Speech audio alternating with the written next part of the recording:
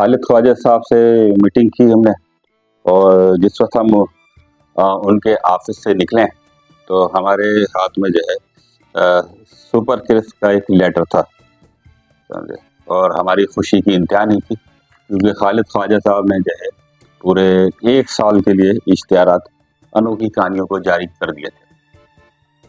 دوسرے دن کا ہم نے پھر پروگرام بنایا، اب ہماری ہمت بڑھ گئی تھی کہ مزید اشتہار کیے جائیں، تو ہمیں جو ہے پیکیجز کمپنی جانا تھا، پیکیجز روز پیٹل والے۔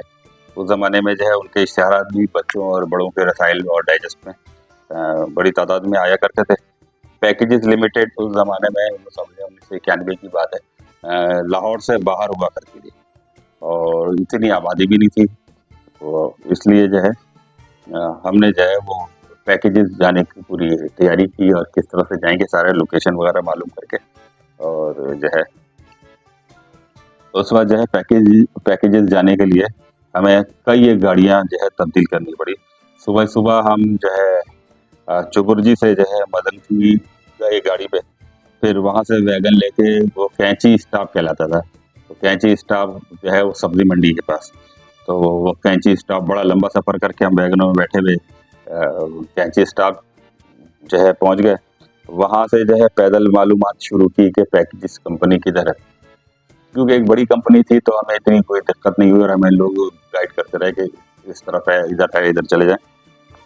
تو ہم جو ہے ڈھونڈتے ڈھانڈتے پیکیجز کمپنی جو ہے پیکیجز لمیٹڈ پہنچ گئے۔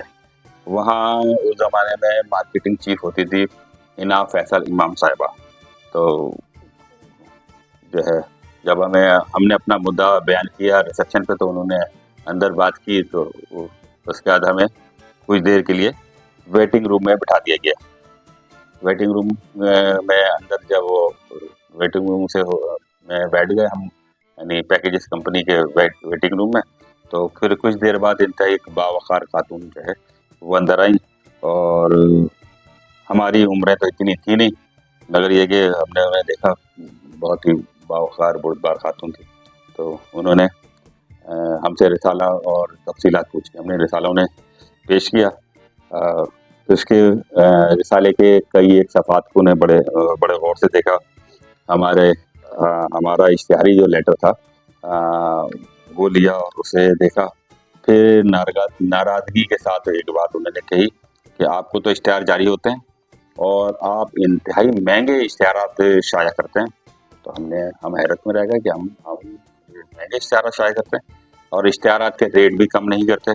میں نے حیرانگی سے کہا نہیں، ایسی تو بات نہیں ہے، ہم تو آج پہلی مرتبہ آپ کے پاس آئے ہیں، اور اس سے قبل ہم نے آپ کے ادارے کا کوئی اشتہار اپنے رسالے میں پرنٹ نہیں کیا ہے۔ وہ نہ مانی۔ ہم نے کہا آپ ریکارڈ نکلوا کر چیک کر لیں، اگر ایسی بات ہے تو ہینا فیصل امام صاحبہ نے ہماری بات مان کر اپنے اسسٹنٹ کو بلوایا اور اشتہارات کا جو ہے اشتہارات والی فائل جو ہے نکالنے کا کہا۔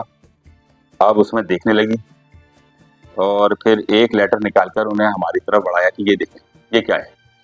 تو ہم نے دیکھا وہ ماہنامہ آنکھ مچولی کا لیٹر تھا۔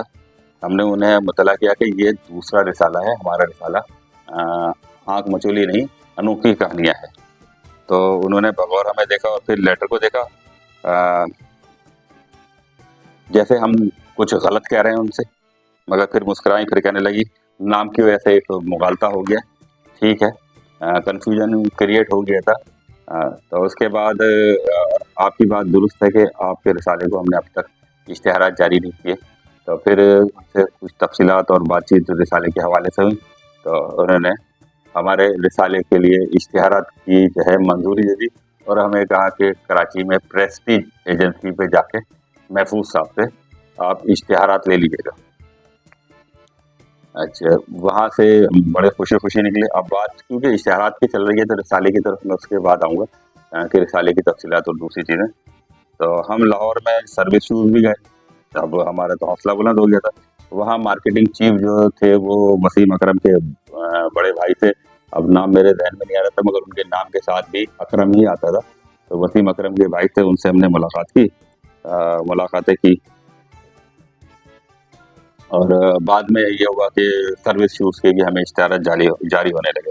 اچھا، کراچی میں آر لنٹاس ایک اشتہاری ایجنسی ہوتی تھی،